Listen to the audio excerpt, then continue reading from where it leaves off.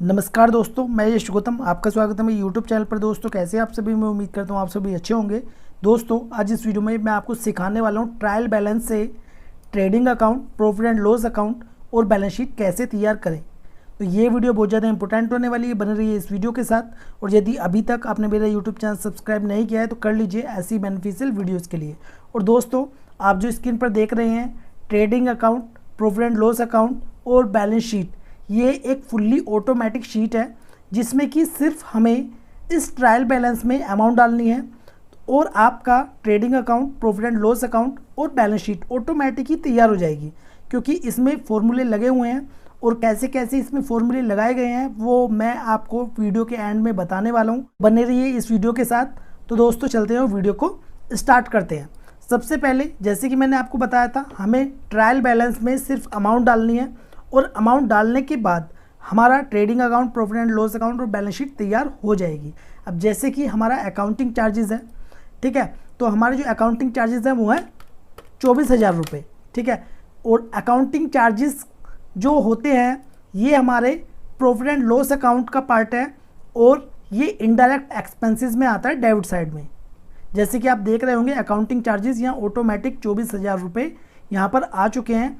सिर्फ हमने यहाँ पर ट्रायल बैलेंस में अमाउंट डाली और हमारा प्रॉफिट एंड लॉस अकाउंट में अकाउंटिंग चार्जेस इनडायरेक्ट एक्सपेंसेस में आ चुके हैं, ठीक है। फिर उसके बाद हमारा ओपनिंग स्टॉक, तो हमारी जो बैलेंस शीट तैयार हो रही है ये फर्स्ट टाइम हो रही है, ठीक है। इसमें ओपनिंग स्टॉक हमारा नहीं है। यदि आपकी पहले से बैलेंस शीट प्रिपेयर हो रही है तो आपका जो प्रीवियस ईयर का क्लोजिंग होगा वो नेक्स्ट ईयर में आपका ओपनिंग हो जाएगा, ठीक है, ओपनिंग स्टॉक हो जाएगा। लेकिन हमारी कंडीशन में नहीं है तो हम इसको ऐसे ही रहने देंगे। अब उसके बाद बैंक चार्जेस, हमारे यहाँ पर बैंक चार्जेस हैं 1,500 रुपये, ठीक है, हमने यहाँ पर डाल दिए हैं। ये भी profit and loss account indirect expenses में आएगा। बैंक चार्जेस जैसे कि आप देख रहे होंगे 1,500 रुपये ऑटोमेटिक यहाँ पर आ चुके हैं। फिर उसके बाद डेप्रिएशन, जैसे कि आप देख रहे होंगे लैंड एंड बिल्डिंग, इस पर डेप्रिएशन चार्ज नहीं होती है, ठीक है, तो हमने की नहीं है। तो यहाँ पर अमाउंट आ जाएगी लैंड एंड बिल्डिंग कितने अमाउंट की है, ठीक है, वो भी हम डालेंगे। फिर उसके बाद कंप्यूटर पे जैसे कि हमारा डेप्रिएशन चार्ज होता है 40%, ठीक है। फर्नीचर एंड फिटिंग्स, इस पर 10% डेप्रिएशन चार्ज होता है। मशीनरी एंड इक्विपमेंट, इस पर भी 15% डेप्रिएशन चार्ज होता है। यदि आपकी कंडीशन में आपके पास और फिक्स्ड एसेट्स हैं तो आपको कुछ नहीं करना, यहाँ पर इस कॉलम को ऐसे करके हम बढ़ा लेंगे और इसको कॉपी करेंगे और यहाँ पर इसको पेस्ट कर देंगे, ठीक है, ऐसे करके। और फिर आपका जो नाम होगा यहाँ पर डाल देंगे और कितनी डेप्रिएशन चार्ज होगी वो यहाँ पर आप चेंज कर लेंगे। ऑटोमेटिक फॉर्मूले लग जाएंगे यहाँ पर। जैसे कि हमने इसको कॉपी किया है तो यहाँ पर ये फॉर्मूला पहले से ही ऑटोमेटिक यहाँ पर लग गया है, ठीक है, आपको कुछ नहीं करना। तो इस प्रकार ही आपको ऐड कर देनी है यदि आपकी कंडीशन में फिक्स्ड एसेट्स इससे ज़्यादा है, ठीक है। तो हम इसको दोबारा से पहले की तरह कर देते हैं क्योंकि हमारी कंडीशन में सिर्फ यही है। अब उसके बाद डेप्रिएशन जो है वो है हमारी 64,131 रुपये की, ठीक है। फिर उसके बाद इलेक्ट्रिसिटी एक्सपेंसेस, तो डेप्रिएशन हमारा प्रॉफिट एंड लॉस अकाउंट का पार्ट होता है और डेप्रिएशन यहाँ पर आ चुकी है 64,131 रुपये। फिर उसके बाद इलेक्ट्रिसिटी एक्सपेंसेस, तो इलेक्ट्रिसिटी एक्सपेंसेस है हमारे 15,000 रुपये की, ठीक है। तो इलेक्ट्रिसिटी जो एक्सपेंसेस होते हैं वो भी हमारे इनडायरेक्ट एक्सपेंसेस होते हैं, ठीक है, प्रॉफिट एंड लॉस अकाउंट में आते हैं। फिर उसके बाद मिसलेनियस एक्सपेंसेस जो कि हैं 750 रुपये के, और ये भी हमारे प्रॉफिट एंड लॉस अकाउंट का पार्ट होता है, इनडायरेक्ट एक्सपेंसेस में आता है, ठीक है। फिर उसके बाद ऑफिस एक्सपेंसेस हमारा 1250 रुपये है और ये हमारी डेबिट साइड, ठीक है। तो ये सभी जो हमारे खर्चे हैं सभी डेबिट होते हैं, ठीक है, या हमारी फिक्स्ड एसेट जो होती है वो डेबिट होती है, तो वो हमारी सभी डेबिट साइड में आती हैं। और क्रेडिट साइड में हमारी इनकम्स, लायबिलिटीज़ यहाँ पर आती हैं, ठीक है, क्रेडिट साइड में। अब उसके बाद प्रिंटिंग एंड स्टेशनरी वो है 850 रुपये, तो ये भी हमारा प्रॉफिट एंड लॉस अकाउंट का पार्ट होता है और प्रिंटिंग एंड स्टेशनरी एक्सपेंसेस 850 यहाँ पर ऑटोमेटिक आ चुकी है। फिर उसके बाद ट्रेवलिंग एक्सपेंसेस जो कि हैं 1,500 रुपये के और ये भी हमारा प्रॉफिट एंड लॉस अकाउंट का इनडायरेक्ट एक्सपेंसेस में एक्सपेंसेस आता है, ठीक है। कितना है 1,500 रुपये जो कि यहाँ पर आ चुका है पहले से ही। अब उसके बाद हमारा लैंड एंड बिल्डिंग, तो लैंड एंड बिल्डिंग है हमारी कितने की, वो है 5,10,000 रुपये की, ठीक है। अब ये जो लैंड एंड बिल्डिंग होती है ये हमारी फिक्स्ड एसेट्स होती है और ये हमारी बैलेंस शीट में आती है। जैसे कि मैंने अभी आपको बताया था, लैंड एंड बिल्डिंग 5,10,000 रुपये ऑटोमेटिक यहाँ पर आ चुके हैं। इस पर हमारी जो डेप्रिसिएशन है वो चार्ज नहीं होगी। अब उसके बाद हमारा फर्नीचर एंड फिटिंग्स, ठीक है, फर्नीचर एंड फिटिंग्स है हमारे 2,05,120 रुपये के और ये भी बैलेंस शीट का पार्ट होता है, ठीक है, एसेट साइड में। जैसे कि हमारा ओपनिंग बैलेंस यहाँ पर आ चुका है 2,05,120 रुपये, जो कि हमें ट्रायल बैलेंस में यहाँ पर फिल किया था, यहाँ पर आ चुका है। अब इस पर ऑटोमेटिक ही, जैसे कि आप देख सकते हैं, इसमें ऑटोमेटिक ही हमारी 10% डेप्रिसिएशन यहाँ पर लग चुकी है और जो इसका क्लोजिंग बैलेंस है यहाँ पर आ चुका है। आप यदि 2,05,120 रुपये का 10% निकालेंगे तो आपका 20,512 रुपये ही आएगा और ये इसमें से माइनस होकर क्लोजिंग बैलेंस ऑटोमेटिक आ चुका है, ठीक है। फिर उसके बाद मशीनरी एंड इक्विपमेंट 63,750 रुपये की है और ये भी हमारा बैलेंस शीट का पार्ट होता है, ठीक है। Machinery and equipment fixed assets है, तो 63,750 रुपये यहाँ पर आ चुकी है, ठीक है, हमने यहाँ पर डाली और ये ऑटोमेटिक बैलेंस शीट में आ चुकी है और इस पर भी 15% डेप्रिसिएशन चार्ज होती है। तो 63,750 रुपये का यदि आप 15% निकालेंगे तो आपका 9563 रुपये आएगा और इसको इसमें से माइनस करेंगे तो क्लोजिंग कितना आ जाएगा, 63,750 रुपये, ठीक है, ऑटोमेटिक यहाँ पर आ रहा है। फिर उसके बाद कंप्यूटर, तो कंप्यूटर है हमारा 85,140 रुपये, ठीक है, तो ये भी हमारा बैलेंस शीट का पार्ट होता है। 85,140 रुपये यहाँ पर आ चुकी है और कंप्यूटर पर 40% डेप्रिसिएशन चार्ज होती है, जो कि 85,140 रुपये का यदि 40% निकालेंगे तो 34,056 रुपये आएगा और ये इसको माइनस करने के बाद 51,084 रुपये यहाँ पर क्लोजिंग बैलेंस आ चुका है। फिर उसके बाद सन्ड्री डेटर, तो सन्ड्री डेटर है हमारे 18,50,151 रुपये के, ठीक है, वो हमने डाल दिए हैं। सन्ड्री डेटर हमारा करंट एसेट्स का पार्ट होता है। सन्ड्री डेटर 18,50,151 रुपये यहाँ पर ऑटोमेटिक आ गया है। फिर उसके बाद बैंक बैलेंस, ठीक है, तो बैंक बैलेंस हमें यहाँ पर डालना है 8,36,949 रुपये, जो कि हमारा बैंक बैलेंस है और ये भी बैलेंस शीट का पार्ट है करंट एसेट्स में, ठीक है। यहाँ पर बैंक बैलेंस, बैंक अकाउंट या बैंक बैलेंस यहाँ पर आ चुका है। फिर उसके बाद कैश, तो कैश है हमारा 39,355 रुपये, ठीक है, 39,355 रुपये, ये भी हमारा बैलेंस शीट का पार्ट है और करंट एसेट्स में आता है। तो कैश इन हैंड यहाँ पर आ गया है 39,355 रुपये।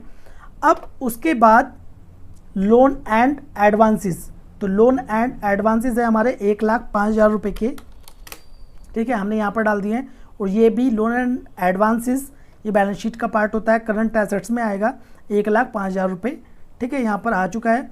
फिर उसके बाद क्लोजिंग स्टॉक, तो क्लोजिंग स्टॉक हमारा है 54,568 रुपये, ठीक है, तो क्लोजिंग स्टॉक हमने डाल दिया है। अब क्लोजिंग स्टॉक एक तो आएगा हमारा कहाँ पर, ट्रेडिंग अकाउंट में ये क्लोजिंग स्टॉक आता है, ठीक है, क्रेडिट साइड में, तो यहाँ पर आ चुका है और एक आता है बैलेंस शीट में करंट एसेट्स में क्लोजिंग स्टॉक, तो 54,568 रुपये हमारा क्लोजिंग स्टॉक यहाँ पर आ गया। फिर हमारा यहाँ पर आ गया 54,568 रुपये, ठीक है। फिर उसके बाद कैपिटल 8,50,100 रुपये है, ठीक है, हमने डाल दिया है। कैपिटल हमारी करंट लायबिलिटी में आती है कैपिटल, ठीक है, यहाँ पर हमारी कैपिटल आ जाएगी। अब कैपिटल में हमारा एक तो नेट प्रॉफिट आता है, ठीक है, ये वाला नेट प्रॉफिट किस में ट्रांसफ़र होता है, कैपिटल अकाउंट में, ठीक है, और जो ओपनिंग बैलेंस है वो दोनों यहाँ पर प्लस हो जाएंगे, ठीक है, तो इसलिए यहाँ पर ऑटोमेटिक फॉर्मूला लगा हुआ है पहले से ही। तो कमीशन हम इसमें डालेंगे जितना हमारा कमीशन है, ठीक है, 3 लाख रुपए वो हमने डाल दिया है। ये ऑटोमेटिक अपने आप ही ट्रेडिंग अकाउंट का जो पार्ट होगा उसमें पहुंच जाएगा, जो प्रॉफिट एंड लॉस अकाउंट का पार्ट होगा उसमें ट्रांसफ़र हो जाएगा और जो बैलेंस शीट का है तो बैलेंस शीट में हो जाएगा, ठीक है। अब मैं इसमें डाल दे रहा हूँ अमाउंट। अब उसके बाद अनसिक्योर्ड लोन, तो अनसिक्योर्ड लोन है हमारे 5,84,186 रुपये के। फिर सन्ड्री क्रेडिटर है हमारे 20,20,680 रुपये के, ठीक है। फिर उसके बाद सेल, तो सेल है हमारी 24,80,019 रुपये की। फिर एक्सपेंसेस पेबल, तो यहाँ पर है 81,477 रुपये।